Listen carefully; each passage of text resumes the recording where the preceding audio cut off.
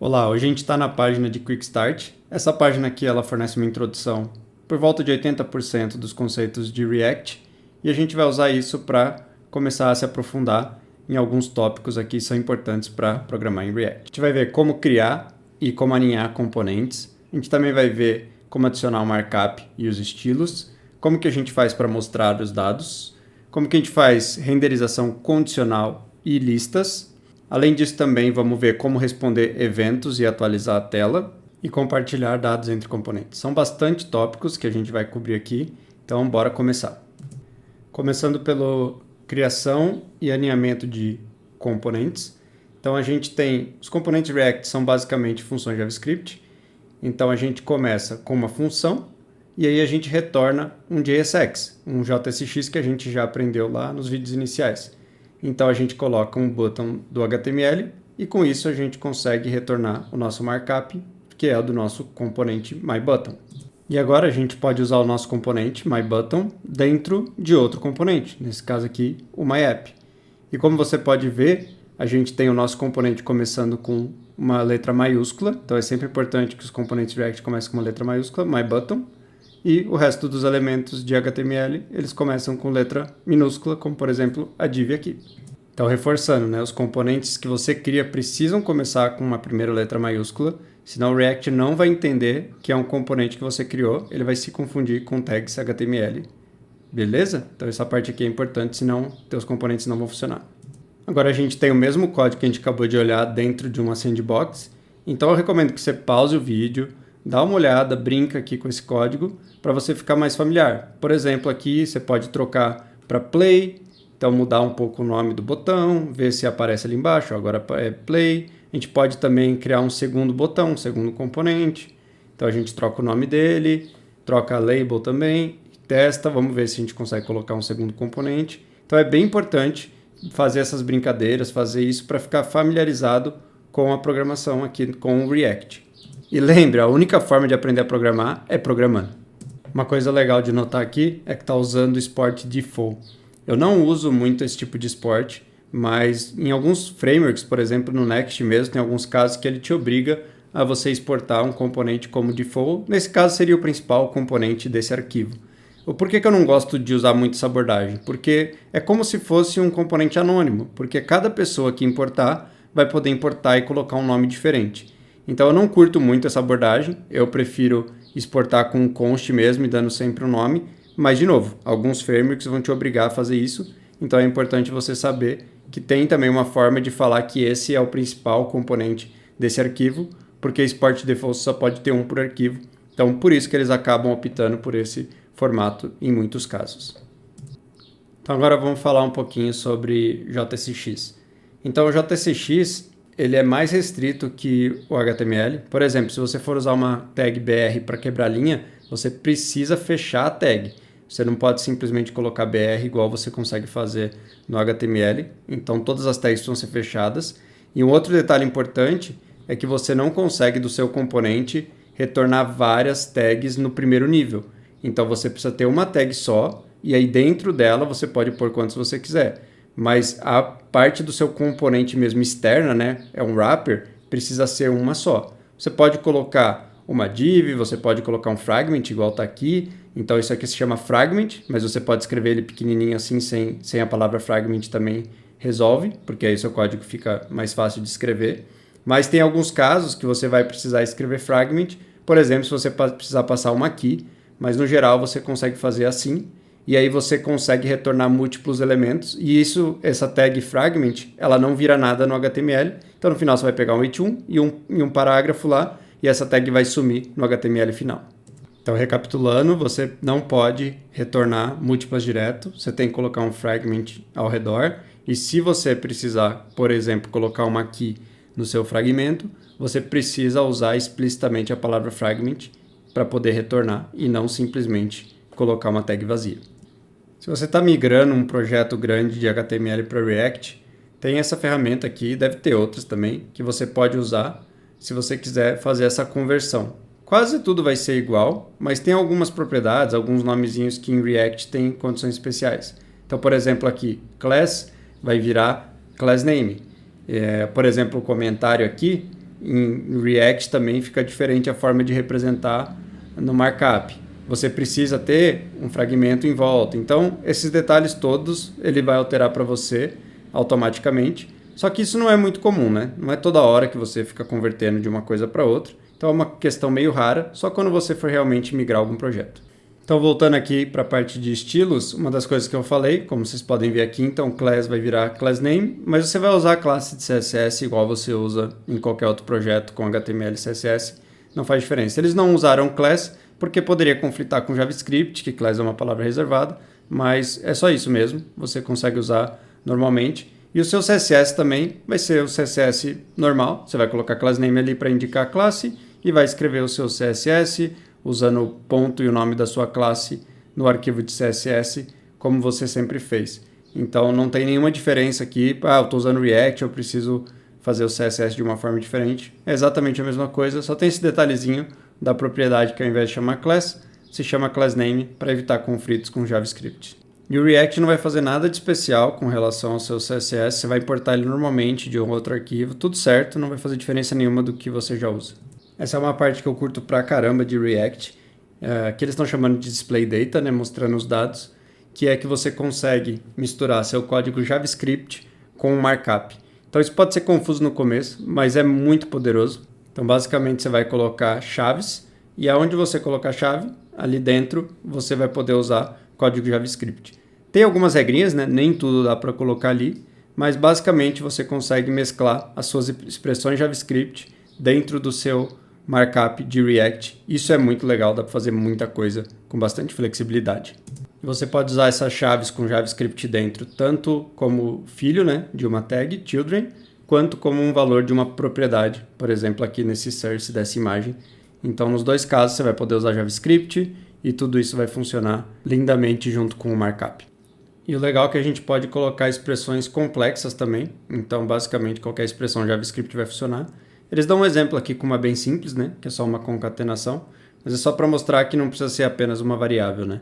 Você sempre pode usar qualquer expressão JavaScript aqui, então isso fica bem interessante para misturar com o markup. Com isso, você consegue deixar seu código bem centralizado, né? Você não precisa ter um outro lugar distante onde você faz formatação e outro lugar onde você exibe. Então fica tudo no mesmo lugar, tudo com uma colocação boa, perto, para você ver onde você formata, onde você exibe, tudo junto.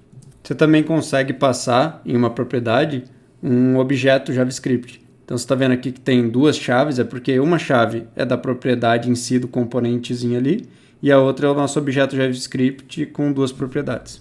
Vocês vão me ouvir muitas vezes falando, putz, eu gosto muito disso em React e tal, porque realmente eu sou fã do React, mas essa parte de renderização condicional é muito poderosa junto com JavaScript, principalmente se você entende bem como funcionam condições em JavaScript.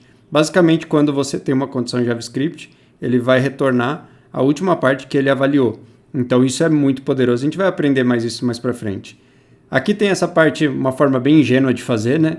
Que eles estão fazendo simplesmente um if e else. Eu normalmente não uso muito else, porque normalmente você não precisa, quer dizer que seu código está fazendo muita coisa. Mas enfim, é uma forma bem simples de substituir o conteúdo da variável e você vê que fica bem isolado, né? Então a gente tem um código JavaScript, fazendo essa condição aqui bem simples mesmo, que qualquer programador JavaScript vai entender. E aí na hora de retornar o Markdown, você consegue retornar de forma condicional esse pedaço aqui, toma a decisão e o seu markup fica bem simplesinho e fica simplesmente com o seu conteúdo baseado na condição acima. Então, como eu falei, a gente não precisa usar só if e else, né? A gente tem, por exemplo, o operador ternário aqui, que a gente consegue também fazer. Então, a gente vai colocar ele dentro das chaves aqui, como você pode ver, né? Para poder usar código JavaScript. E aí, dentro dessa chave, a gente vai fazer um operador ternário comum. Então, ele vai ter um booleano ali. E aí, se ele der true, vai retornar, nesse caso aqui, o admin panel. Se ele der false, vai retornar esse outro pedaço. Então, é legal, porque a gente faz um código JavaScript. E aí, no final das contas, a gente vai ter o resultado ali no markup, mas sem nenhum outro detalhe. A outra parte que eu falei, né, quando a gente entende bem como funcionam os operadores lógicos em JavaScript, a gente consegue escrever dessa forma também bem curtinha. A gente coloca uma condição, coloca um end, e aí se der true, vai retornar esse admin panel. Se der false, ele não vai renderizar nada. Então esse end aqui é muito, muito útil e a gente acaba usando o tempo todo desse jeito, porque realmente o código fica muito prático e muito rápido de escrever. E é legal deixar claro que isso não é uma feature do React, é só como funciona. Então, se isso daqui der true, ele vai continuar avaliando e aí ele vai dar a resposta dessa condição na segunda parte e vai retornar. Então, qualquer código JavaScript com condição, ele faz isso. Então, não é uma feature do React, mas é legal que o React acaba tirando proveito disso e fica bem simples de fazer esse uso casado do JavaScript com o markup do React. E falando de JavaScript, é claro que a gente também tem formas de iterar em objetos. Então, aqui a gente tem o for loop e a gente também tem o array map, que é uma forma funcional de você iterar dentro do objeto e é uma forma que também casa muito bem com o React. Então, vamos ver esse exemplo aqui. Ó. A gente tem uma lista de produtos, né? Um array de produtos. Então, dentro a gente tem 3 produtos com o ID e com o título. E aí a gente consegue fazer, dentro também dessa estrutura de markup do React, a gente consegue mapear para cada produto, ele vai chamar uma função, né, dentro usando o map, e aí essa função recebe o produto e a gente retorna a partir do produto a representação em markup desse produto. Então é uma forma bem interessante, a gente pega uma lista, mapeia um por um e vai criando a representação no formato de markup. Então ele primeiro vai chamar com cabbage, depois ele vai chamar com garlic, depois vai chamar com maçã ou apple, e aí a gente vai gerar esse markup a partir desse map que a gente foi percorrendo aqui e fazendo a nossa renderização. Então é muito interessante ver esse uso combinado e é bem legal que isso fica de novo tudo junto, né? A gente tem a iteração e a geração. E aí a gente coloca isso dentro do nosso markup final que vai ser retornado. E uma pergunta para você, por que esse list item está com L minúsculo? Ele não é um componente React? Ou será que ele não é um componente React? Então nesse caso ele não é um componente React, ele só está guardando vários markups aqui, mas ele não é um componente React. Componente React é quando a gente tem uma função que ela recebe props e ela retorna um markup. Aqui a gente não tem uma função. Então você pode pensar que a primeira letra tem que ser maiúscula quando você tem uma função, o que claramente não é esse caso aqui, porque a gente não tem uma função. E também presta atenção que nesse caso, de fato não é um componente, porque um componente a gente renderiza colocando uma tag. E veja que aqui a gente está pondo a variável direto nas chaves. Então, quando é componente, a gente usa tag. Então, é bem diferente aqui. Esse caso é só uma variável que a gente está retornando. Um detalhe bem importante, que quando a gente tem lista, normalmente tem uma key. Para quê? Porque o React ele tem que reconciliar entre várias renderizações para ele saber o que ele vai mostrar. Como isso é uma lista, vai ter vários elementos que sem uma chave fica difícil do React saber qual foi adicionado, qual foi removido. E essa chave vem de onde, né? Nesse caso aqui é produto, então a gente vai usar o ID do produto que a gente sabe que é único para evitar problema. Normalmente você está trabalhando com alguma informação que você entende, então você vai saber qual é o melhor campo para ser usado aqui como chave dentro do seu componente. Então precisa pensar em algo que seja único para evitar problemas na hora das reconciliações que o React vai fazer. Agora vamos olhar um exemplo de lista um pouquinho mais complexa. A gente tem aqui um boolean que determina se é uma fruta ou não, e a gente vai fazer um estilo diferente baseado nisso. Então vocês podem ver aqui que a gente tem essa maçã que está colorida, por quê? Porque quando é fruta a gente vai por magenta e quando não é fruta a gente vai colocar esse verde escuro. Então tá vendo ali? Maçã tá magenta. Então, se vocês observarem, a gente tem uma propriedade chamada style, e essa propriedade chamada style é a mesma propriedade que a gente tem lá no HTML, e a gente passa a cor usando um ternário. Então, o mesmo conhecimento que você tinha de HTML e de JavaScript, você consegue usar o style, o mesmo style, todas as propriedades que você tinha disponível lá, assim como o color, você consegue usar aqui. Por isso que o color lá que muda o texto, da cor do texto, vai funcionar exatamente igual aqui dentro do React.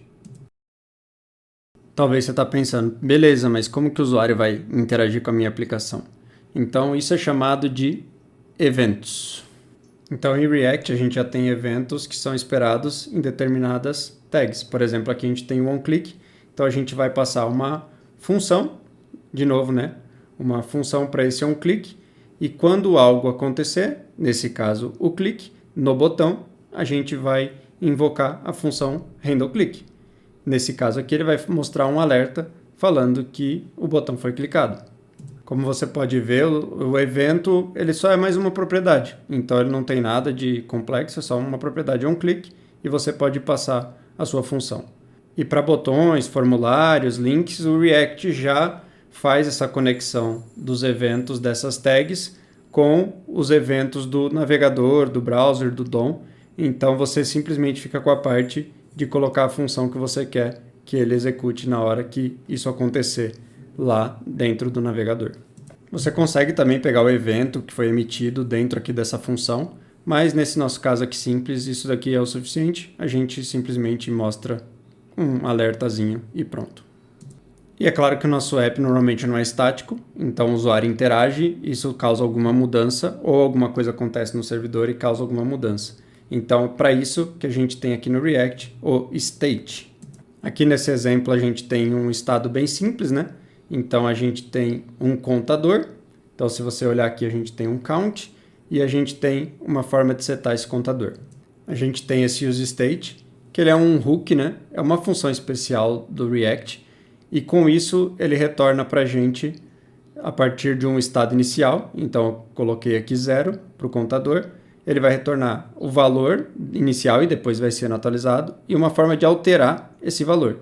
Então a gente tem uma variável e uma função para setar um novo valor nessa variável. E veja que na verdade aqui é só um array. Então isso daqui é um array que ele tem duas propriedades, uma no primeiro e uma na segunda posição.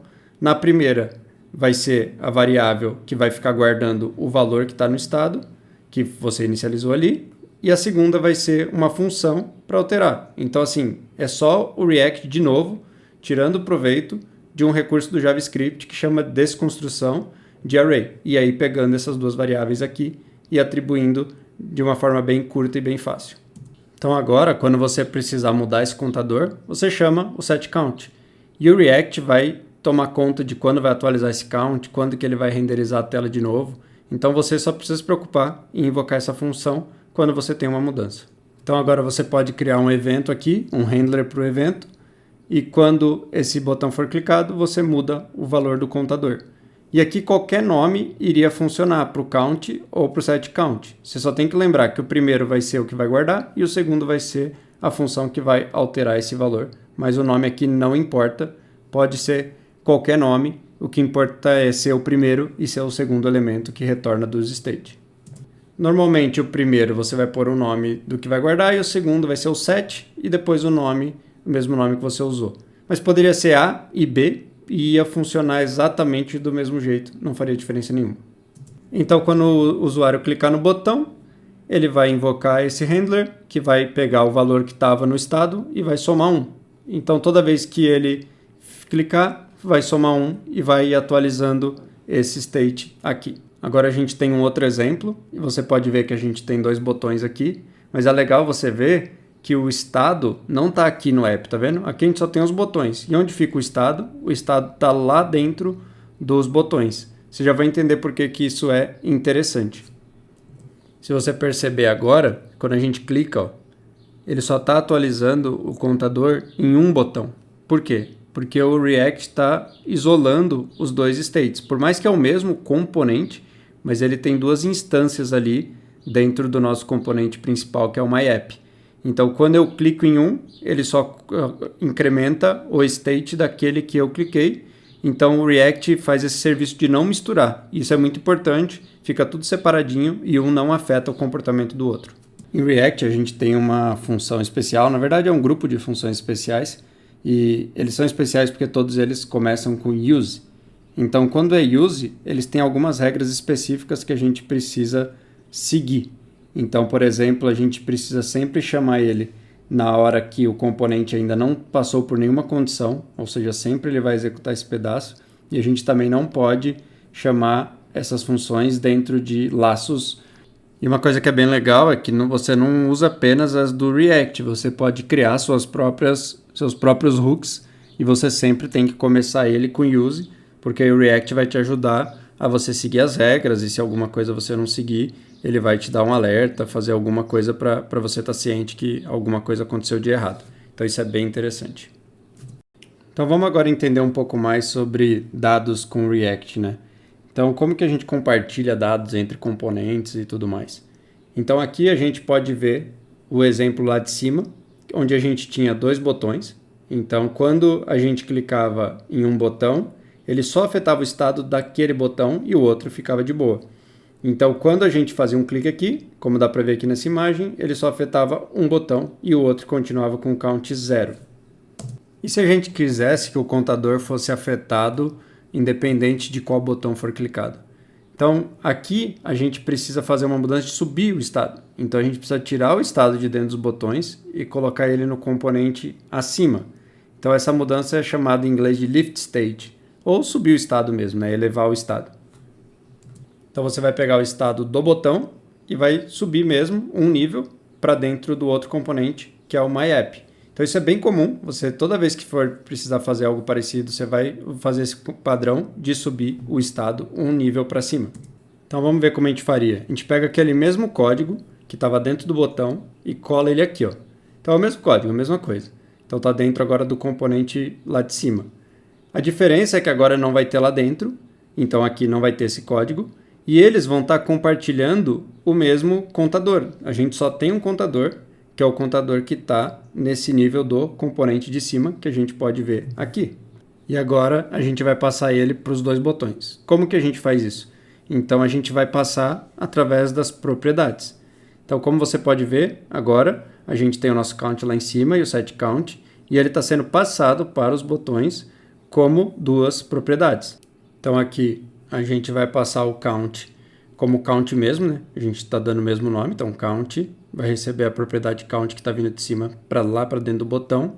E a gente também, além do count, vai ter o click. Então a operação de clique, que eu vou chamar de onClick, ela também vai ser passada para o botão. Então os dois vão estar compartilhando a mesma ação e o mesmo contador. Agora, quando a gente olha a implementação do botão, você vê que eu estou recebendo count, onClick aqui, que foi o nome que a gente deu para essa propriedade, e a gente coloca isso no nosso markup. Então, o nosso botão, ele vai invocar o onClick que veio lá de cima quando ele for clicado, e ele mostra também o número de vezes que foi clicado, só que lembra, é o mesmo, né? Porque a gente passou ali para os dois o mesmo count. Como eu falei, essa técnica é chamada de lifting state. Então a gente está subindo o estado. A gente está subindo o estado um nível para que a gente possa compartilhar. Isso pode ser um pouco confuso porque a gente está subindo o estado para descer depois. Mas é assim mesmo, a gente precisa unificar lá em cima para poder passar para os 2 componentes. Então nessa aplicação aqui, ó, quando a gente clicar, você vai ver que a gente vai aumentar os 2 ao mesmo tempo. Por quê? Porque olha aqui o código. A gente está fazendo um estado só e passando esse estado, esse count, para os 2 botões. Então, eles dois estão trabalhando em cima do mesmo estado e um está afetando o outro. Por isso que quando a gente clica, os 2 vão sempre subindo ao mesmo tempo. Mas vamos subir de novo para a gente olhar lá em cima a ilustração e a gente entender bem o que aconteceu. Então, nessa primeira ilustração, a gente tinha um estado aqui dentro do botão e dentro desse botão, então eram estados separados. Já quando a gente clicava, ele aumentava só em um, porque eles estavam separados e dentro de cada botão. Agora, se a gente olhar na segunda ilustração, a gente subiu o estado e ele não está mais aqui no botão, ele está lá em cima no componente que está acima. Isso aqui parece um estado, mas não é, tá? Não sei porque eles usaram o mesmo desenho. Ali é só passando a propriedade, o estado está em cima, aqui é só a propriedade sendo passada para baixo. Então a gente tem um estado único aqui em cima e é passado via propriedade para os botões. Quando clica, então, a gente pode ver que as propriedades são passadas para baixo, porém elas estão vindo do mesmo estado, porque a gente só tem um estado lá em cima e é por isso que os dois são afetados a cada mudança. E a gente passa o estado via property e ele afeta os 2 botões, porque o estado era o mesmo e porque ele foi levantado, né? Que é o lift state. Então a gente subiu. Então a gente tem aqui as propriedades sendo passadas a partir do mesmo estado No outro, não. No outro, a gente tinha o estado dentro de cada botão. A gente subiu o status e agora os dois ficam sempre com o mesmo valor. Então, vamos relembrar tudo que a gente aprendeu. A gente aprendeu como que a gente cria componentes e como a gente aninha componentes colocando um dentro do outro, né? A gente também aprendeu como a gente consegue criar o JSX ali e os estilos. A gente também viu uma parte que eu acho bem interessante de mostrar os dados, né? Usando o JavaScript ali dentro do markup. Também teve a parte bem legal ali de condições, né? A gente viu algumas formas de fazer. E também a parte de lista, com o destaque da parte de lista que a gente precisa prestar atenção nas chaves, né? Que a gente precisa pôr aqui, ali. E para ter interatividade no nosso aplicativo, é claro que a gente também precisa suportar os eventos. Então a gente viu isso e também o state, né? Que é o que vai guardando o estado dele para que a gente consiga fazer os updates na tela, então fazer com que o nosso aplicativo seja de fato interativo. E para fechar, a gente entendeu um pouco ali de como a gente pode compartilhar dados fazendo o lift state. Então a gente sobe o estado para que a gente possa compartilhar com vários componentes que estão abaixo daquele que tem agora o novo estado. Esse foi um vídeo longo, a gente passou por bastante coisa de uma forma meio acelerada, mas fica tranquilo que a gente agora vai entrar em cada tópico desses e descrever muito mais para que você consiga começar a pensar da forma como o React funciona. Se inscreve no canal, aguardo vocês no próximo vídeo e valeu!